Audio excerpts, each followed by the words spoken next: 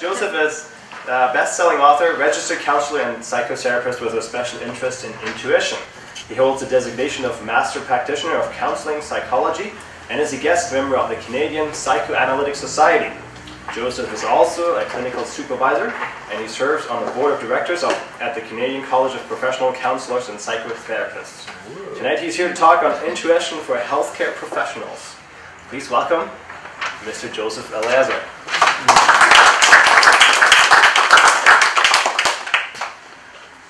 As a way of setting the stage, I want to share with you a quote by French scientist and mathematician Henri Poincaré.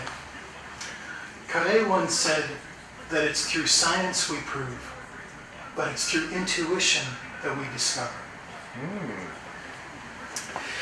Tonight, as Christian had mentioned, my talk is on intuition for healthcare providers.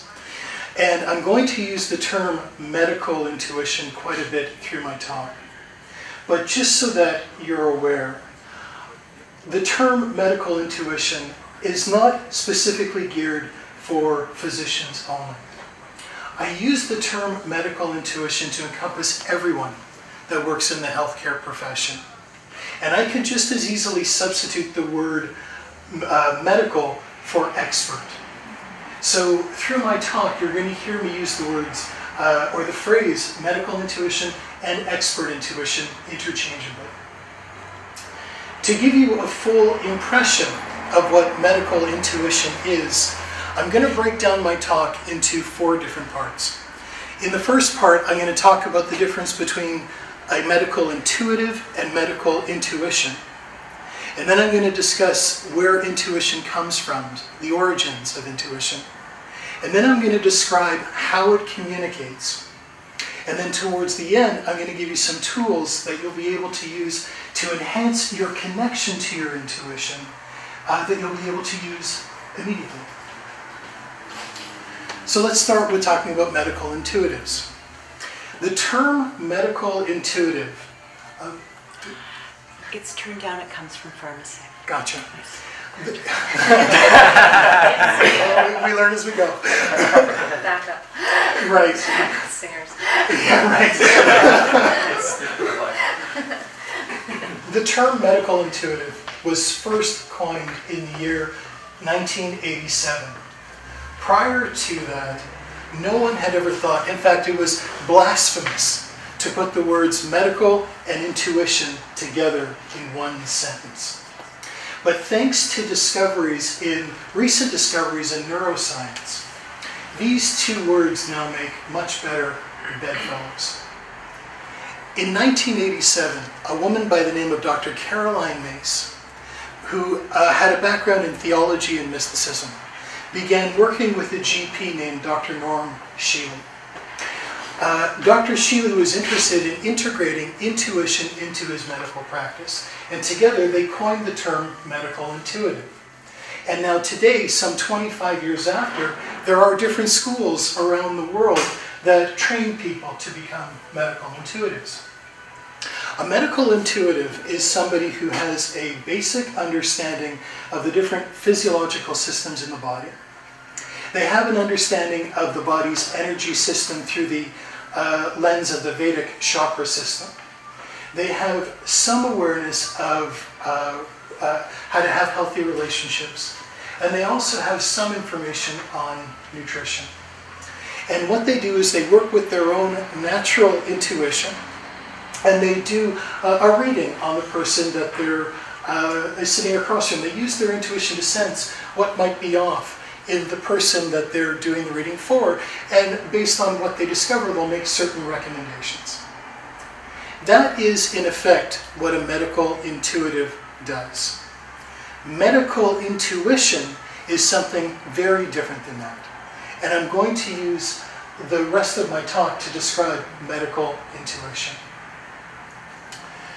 To understand medical intuition fully, we need to have an understanding of the structure of the mind. So imagine an iceberg. And the tip of the iceberg represents 5% of the total mass of the object. The remaining 95% exists under the water. And the tip of the iceberg we're going to call the conscious mind. And what's below the surface we're going to call the unconscious mind. Now the conscious mind is where we do all of our complex problem solving, and it's also responsible for abstract thought, and it is absolutely brilliant, but it's also quite limited. The conscious mind can absorb approximately 100 bits of information per second amongst the billions that it's exposed to consistently. The unconscious mind can absorb approximately 1,000 bits of information per second. And it is excellent at putting relevant pieces of information together, detecting where patterns exist, when a pattern is off, and when patterns, or information I should say, is absent. And when the unconscious detects any of these things, it sends a message through the body via the peripheral nervous system. And that's why we feel intuition in our guts. Our guts having the second highest concentration of neurons in the body, second only to the brain. Other times, information gets deposited directly into the conscious mind. And that's when we have these what's called, we call them aha moments, where information just suddenly appears, often without us thinking that we're even working on a problem. The definition of intuition is information that arrives into consciousness that bypasses the reasoning process, that's accompanied by a gut or other physical sensations, which I'm going to talk about in a moment. The information pertains to things that are just outside of our field of awareness. And it also prompts us to take action. Now, that's a very full description of what intuition is, and I want to give it to you again. It's information that arrives immediately into consciousness. It bypasses the reasoning process. It's accompanied by a gut or other physical sensations. The information pertains to things that are just outside our field of awareness. And it prompts us to take action. Expert intuition is information that we gather over time that transforms into intuitive knowing. As we gather more information consciously, so too does our unconscious also gather information, recognizing more and more where patterns exist. And when we become, as our expert intuition becomes developed, we're able to make decisions based on a sense of knowing and feeling, versus having to go through the process of deliberating, deciding, working with facts, and then coming to conclusions. The way intuition communicates, there are two major ways that it communicates. One is by producing a feeling of reassurance, and the other is producing a feeling of alarm. These are the two most common ways that intuition communicates. In 2009, there was a study that was published from a group that gathered in the Netherlands. 27 physicians gathered for 3 reasons. One was to validate whether or not intuition actually exists. The other reason, or the second reason, was to put some sort of a framework around it, so that if it did exist, they were able to use it to better serve their patients, which was their ultimate goal, their third goal. And what they decided unanimously was that, in fact, yes, intuition does exist. And that all of these physicians experienced it as a feeling of reassurance and a feeling of alarm. And when they felt reassured when they were working with their patients, they assumed that things were progressing as best as they possibly could.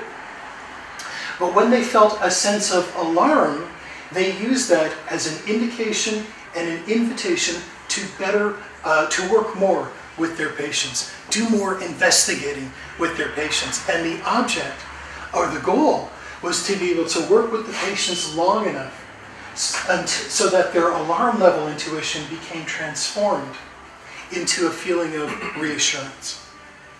Now this is a very groundbreaking moment in medical history, because never before had a group of physicians gathered specifically with the idea of integrating intuition into the medical system.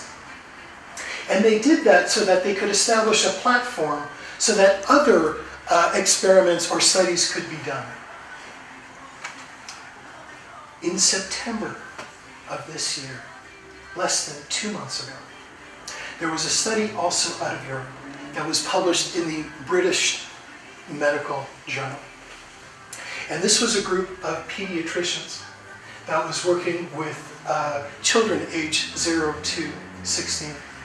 And their job, if you will, was to be able to diagnose kids who had serious infection. And working with children is much more difficult. It's more difficult to diagnose a child than it is an adult. There were approximately 3,800 kids involved in this study. And out of those 3,800 kids, 21 of them were referred to hospital. And out of that 21 of them, 9 of them were seen by a physician, but not admitted immediately. The reason for that was because these doctors didn't have enough information. They couldn't gather enough evidence to warrant the idea of admitting these kids to hospital immediately. Out of those 9 kids, 4 of them were seen by a physician that experienced that alarm level intuition.